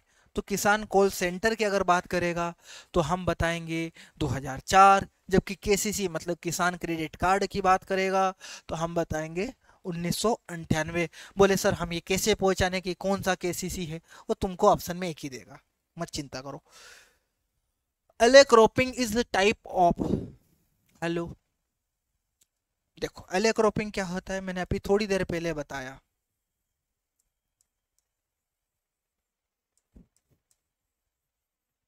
है ना।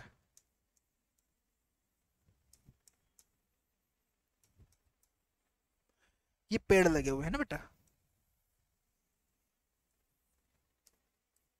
अब देखो इन पेड़ों के बीच में आपको खाली जगह दिख रही है कि नहीं दिख रही है, दिख रही। तो इस खाली जगह का उपयोग करने के लिए हमने यहाँ पर क्या लगा दी है, फसलें लगा दी है ना। और इसे ही हम बोलते हैं गली खेती, या इसे हम कहते हैं अले फार्मिंग। क्या बोलते हैं, गली खेती या अले फार्मिंग। तो ये बता क्या बोलते हैं, देखो बीच की जगह मतलब इंटर इंटर क्रॉपिंग का प्रकार है। तो क्या मिक्स्ड क्रॉपिंग है, ना जी ना ना। रिले क्रॉपिंग तो हो ही नहीं सकती, इंटर क्रॉपिंग हाँ जी हाँ हाँ। मल्टी टीयर क्रॉपिंग तो नहीं जी नहीं नहीं, है ना। ठीक है। तो किसका प्रकार है बेटा, ये इंटर क्रॉपिंग का एक प्रकार है, अपने को अच्छे से समझ में आना चाहिए। देखो बेटा, एक तो ये हो रहा अले, कहाँ आ रहे, ये रहा। एक होता है अले क्रॉपिंग और एक होता है ले फार्मिंग। ले फार्मिंग का मतलब क्या होता है, इसे हम आप इस तरीके से समझ लो कि जो क्रॉप रोटेशन है उसमें आप अगर 2 साल या इससे ज़्यादा समय के लिए क्या कर रहे हो कि चारे वाली फसलें ले रहे हो, एनिमल हस्बेंड्री के लिए अगर चारे वाली फसलें ले रहे हो, तो इसे हम कहते हैं ले फार्मिंग, जिसकी स्पेलिंग शुरुआत होती है LEY, है ना, ले फार्मिंग। चलो, normal growing season in days in dry farming. तो ड्राई फार्मिंग की बात करी है, तो हम जानते हैं कि जो ड्राई फार्मिंग होती है, पहले बता दूं ड्राई फार्मिंग एक्चुअल में 3 टाइप की होती है ना। तो पहली होती है बेटा ड्राई फार्मिंग,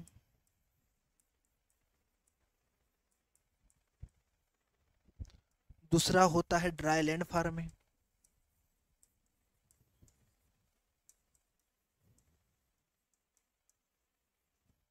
और तीसरा होती है रेनफेड फार्मिंग,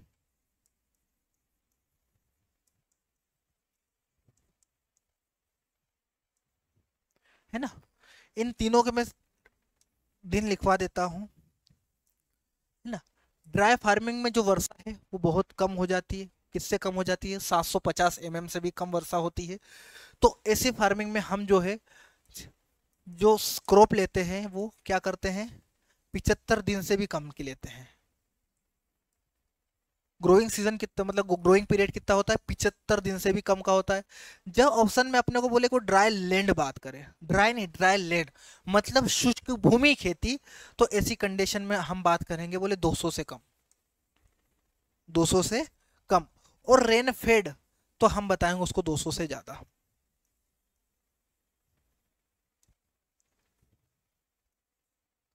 200 से ज्यादा, है ना।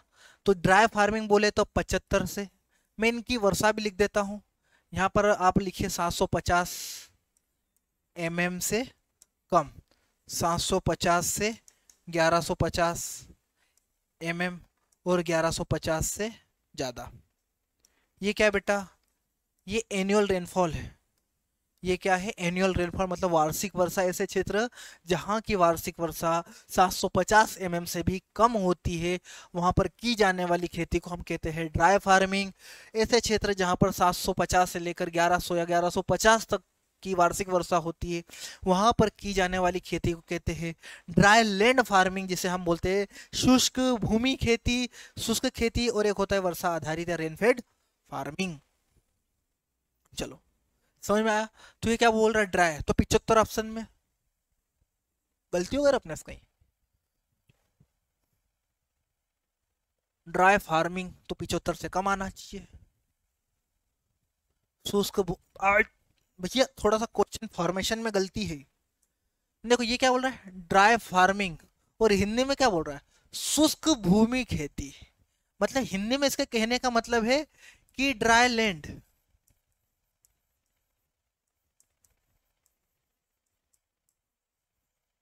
हिंदी में क्या बोल रहा है, ड्राई लैंड बोल रहा है, और जबकि अंग्रेजी में क्या बोल रहा है, ड्राई फार्मिंग बोल रहा है। तो इसकी हिंदी की इन जनरल क्या होता है कि हिंदी गलत होती है, अंग्रेजी सही होती है, लेकिन यहाँ हिंदी मीडियम वालों बजाओ ताली, यहाँ हिंदी सही है। शुष्क भूमि खेती में सामान्य वर्धन काल, वर्धन काल मतलब क्या, ग्रोविंग पीरियड, है ना, इन डेज पूछा है कितना, तो लेस देन 200। यार देखो, बिल्कुल, अगर ये पूरे था, और यहाँ से अगर आप भूमि शब्द हटा दो, हटाना है मिटाना नहीं है, भूमि शब्द हटा दो, तो ऐसी कंडीशन में जो सही उत्तर होगा वो होगा 75 दिन से कम। मेरे हिसाब से आपको ये सभी को क्वेश्चन समझ में आ गया होगा। मैंने ये जो साइड में लिखी है, ये है एनुअल रेनफॉल, जिसे हिंदी मीडियम वालों बोलते बेटा वार्षिक वर्षा है। और ये क्या है, ये है ग्रोविंग डे, है ना। चलो, अच्छा क्वेश्चन था यार। लेकिन अगला question, potato is the indicator plant, अरे अब भी बताया था, अब भी, पी फॉर पोटैटो और पी फॉर पोटेशियम। देखो पोटेशियम थी, पोटाटो, तो आधा तो पोटैटो आ ही गया इसके अंदर, पोटाशियम के अंदर आधा पोटैटो आ गया, वो टा तो कर दो पोटाटो, है ना। तो इसका सही उत्तर तो क्या हो गया, मोलिब्डेनम के लिए कॉलीफ्लावर और कैबेज।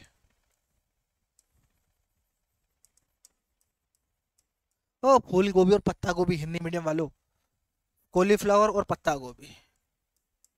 लो, आधा हिंदी आधा है अंग्रेजी, है ना। फास्फोरस के लिए मैंने बता दिया, क्या बेटा, रेपसीड, है ना। नाइट्रोजन के लिए भी यही सेम, कौन, कॉलीफ्लावर और कैबेज। बढ़ते हम आगे, विच of the following is the best botanical, है क्या बोला है, बेस्ट तो है ही नहीं, मैंने मन से ही पढ़ लिया।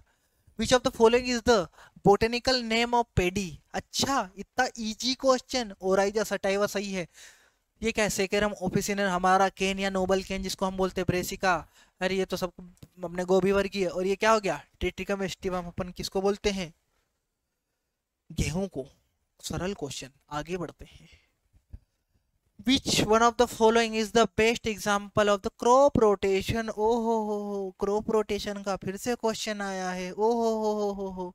चलो, सीसेमम तिल, तिल के बाद लिया चावल, चावल के बाद आलू, कहाँ गया दाल, कहाँ गई दाल, हरा चना, साथ में चावल, फिर ले लिया मटर, दो दाल हो गई। अरे इससे अच्छी बात ही क्या होगी, चावल चावल चावल, एक चावल उसके बाद फिर चावल, इतने चावल को क्या करेंगे। तो ये भी गलत है, ये भी गलत है, ये बढ़िया है। ग्रीन ग्राम के पास राइस, फिर गार्डन पी ले रहा है, तो दो पल्सेस हो गई, इससे अच्छी बात ही क्या होगी। देखो, तो बोला ना, क्रॉप रोटेशन जब भी अपन किसको ढूंढेंगे, दाल की तरह, है ना। चलो बाद में बताऊंगा क्या बोलने वाला था मैं। हाँ, growing of same crop on same land year after year. आहा क्या बात है, ये तो डेफिनेशन दे दी, उसी भूमि पर साल दर साल एक ही फसल को उगाना क्या कहलाता है। अरे इसे तो हम मोनोक्रॉपिंग बोलते हैं। क्रमबद्ध में तो नहीं आएगा, सोल तो नहीं आएगा, रीले तो नहीं आएगा, ठीक है। चलो, एनिमल क्या बोला, deals with production of various crop.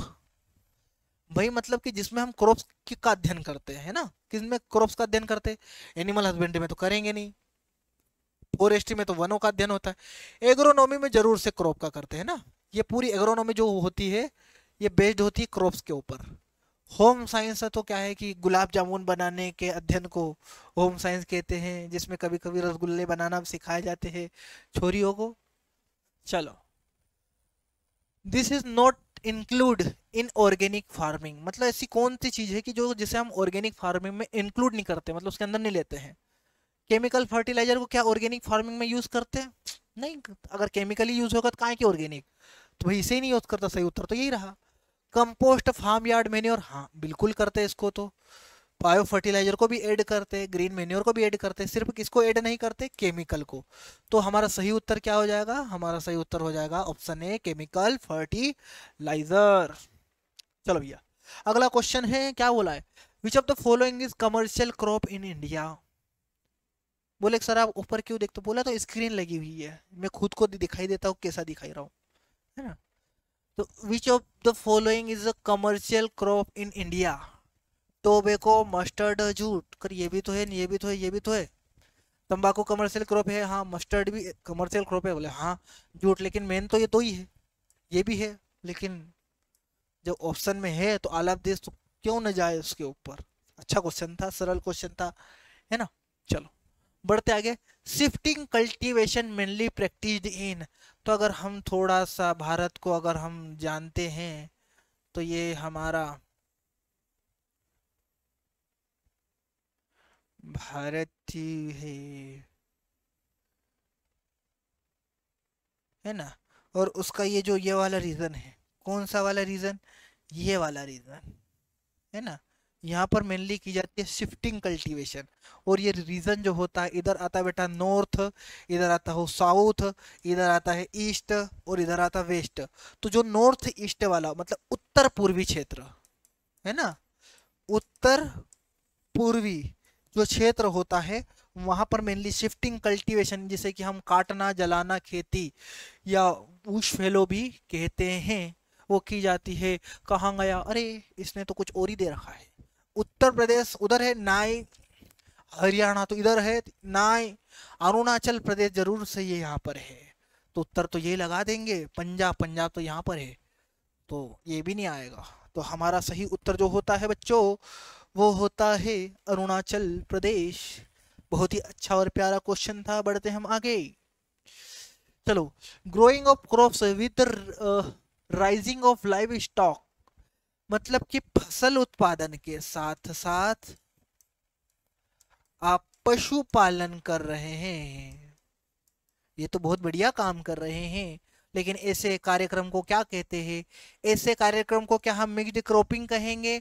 ना, मिक्स्ड क्रॉपिंग कहने वाले नहीं है, ऐसे को हम कहते हैं मिक्स्ड फार्मिंग। क्योंकि मिक्स्ड क्रॉपिंग में सिर्फ क्रॉप्स को ग्रो की जाती है, लेकिन यहाँ तो फार्म, और फार्म में एग्रीकल्चर भी आ जाता है।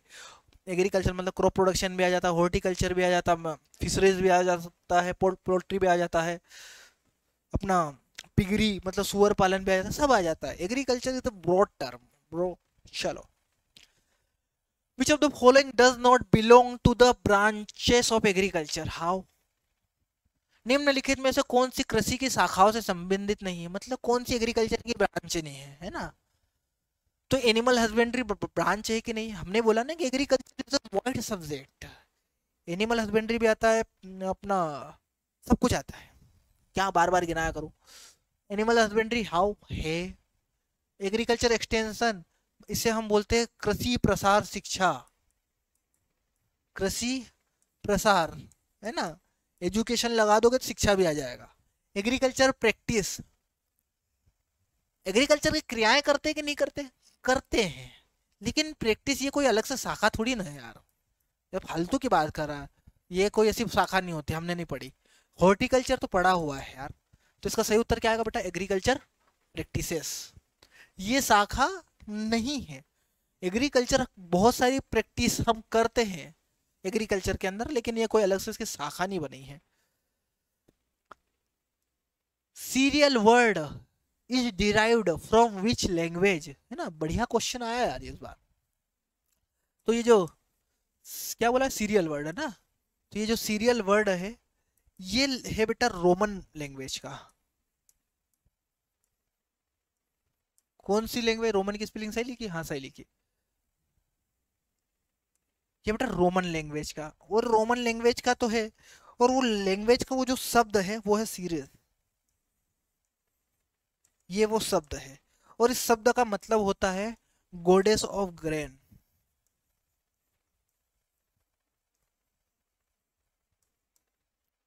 ये लिख लेना, क्या बोलते हैं? गोडेस ऑफ ग्रेन। भाषा क्या है?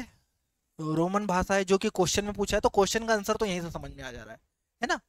उस वर्ड क्या है? वो है सीरीज, CERES, है ना? मतलब क्या होता है? गोडेस ऑफ ग्रेन, अनाजों की रा, रानी नहीं बोलेंगे रे, वो तो क्वीन होता है। अनाजों की मतलब देवी। चलो, kharif crop can be described as the crop which are sown with beginning of, मतलब किसकी शुरुआत में अगर बोते हैं तो उसे खरीफ क्रॉप बोलते हैं। तो बरसात की शुरुआत में, बसंत ऋतु, नहीं नहीं, हाँ हाँ, रेन मतलब वर्षा ऋतु की शुरुआत में जो बोते हैं उसे खरीफ बोलते हैं ना। ग्रीष्म में तो जो होता है उसे बेटा जायद बोलते हैं। विंटर में जो होता है उसे हम रबी बोलते हैं, है ना? चलो, अच्छा क्वेश्चन था। Which is not a advantage of crop rotation, crop production नहीं, क्रॉप रोटेशन की निम्नलिखित में से कौन सा क्रॉप रोटेशन का एडवांटेज नहीं है? डिक्रीज ऑफ सॉइल फर्टिलिटी, ये कब से होने लगा यार? इंक्रीज क्रॉप यील्ड, हाँ, क्रॉप रोटेशन करने से सॉइल की फर्टिलिटी बढ़ती है जिससे कि यील्ड भी इंक्रीज होगी। कंट्रोल इंसेक्ट एंड डिसीज, हाँ ये भी होता है क्रॉप रोटेशन से, क्योंकि अगर सेम क्रॉप को हम ग्रो करेंगे तो उस फसल पर लगने वाली कीट और बीमारियां जो है वहां से कभी भी जाने वाली नहीं है, क्योंकि उसे हमेशा होस्ट प्लांट मिलता रहेगा। भाई अगर एक कोई कीड़ा है, ये कोई कीड़ा है, अब मान लो इसे धान बड़ा पसंद है, तो धान की फसल क्या है कि हमेशा वहां पर अवेलेबल है उस एरिया में, तो ये कभी खत्म हो पाएगा नहीं।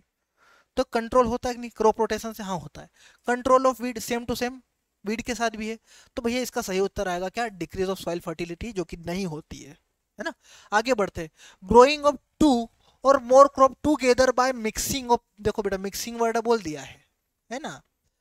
फसलों के बीजों को मिलाकर, है ना? तो इसे हम क्या बोलते हैं? Mixed cropping. कहाँ गया रही? ये रहा। तो मिक्स्ड क्रॉपिंग क्लियर हो गया, इंटर क्रॉपिंग क्लियर हो गया, है ना? चलो, which of the following is not a soil cover crop, cover crop क्या कहते हैं? जो जिनकी बढ़वार बहुत तेज होती है, ऊपर से भी ये ज्यादा फैलती है, इनका फैलाव जड़ों का भी ज्यादा होता है, और ये जल्दी से बढ़कर पूरी सॉइल को क्या कर लेती है? कवर कर लेती है। और कवर क्रॉप का हम जो मेन उपयोग करते बेटा, वो करते हैं काय में? हम करते हैं सॉइल के कंजर्वेशन और मॉइस्चर कंजर्वेशन में, इनका बहुत बड़ा रोल होता है। तो इस प्रकार की क्रॉप होती है जिनके जड़ों का फैलाव भी अच्छा आता है, ऊपर से इनकी जो वानस्पतिक वृद्धि होती है वो भी बहुत तेज होती है, और ये जो हरकतें होती है ये होती है लेग्यूम क्रॉप की। कौन सी फसलों की? लेग्यूम क्रॉप, मतलब कि जो दलहनी फसलें हैं उनका ऐसा ही स्वभाव होता है। और जो छोटी हाइट की जो दलहनी फसलें रहती है ना, जैसे मूंग हो गया, उड़द हो गया, लोबिया हो गया, है ना, ये सब चीज। मेज तो होना ही नहीं चाहिए, हाँ ये है भैया, ये है। क्या बोला है रे? नोट बोला है ना, वही तो एक से ज्यादा लिख रही। देखो बेटा, क्या बोला है? नहीं बोला है ना, तो मेज तो नहीं है ना, फिर तो सही उत्तर यही हो गया, क्योंकि ब्लैक ग्राम, सोयाबीन, ग्वार सब एक जैसी है। चलो, अच्छा क्वेश्चन था। Major function of mulching in orchard, बगीचे में पलवार, पलवार का मतलब क्या होता है भाई? सॉइल जो है ना, उस सॉइल को ढकना, ये पलवार, ये सॉइल है। इस सॉइल को अगर किसी चीज से आप कवर कर दे रहे हो, ढक दे रहे हो, तो इसे हम बोलेंगे मल्चिंग। क्या बोलेंगे? मल्चिंग। तो क्या होगा ढकने से? रिड्यूस्ड वीड प्रॉब्लम, बिल्कुल। जो वीड है वो बाहर निकल ही नहीं पाते, है ना?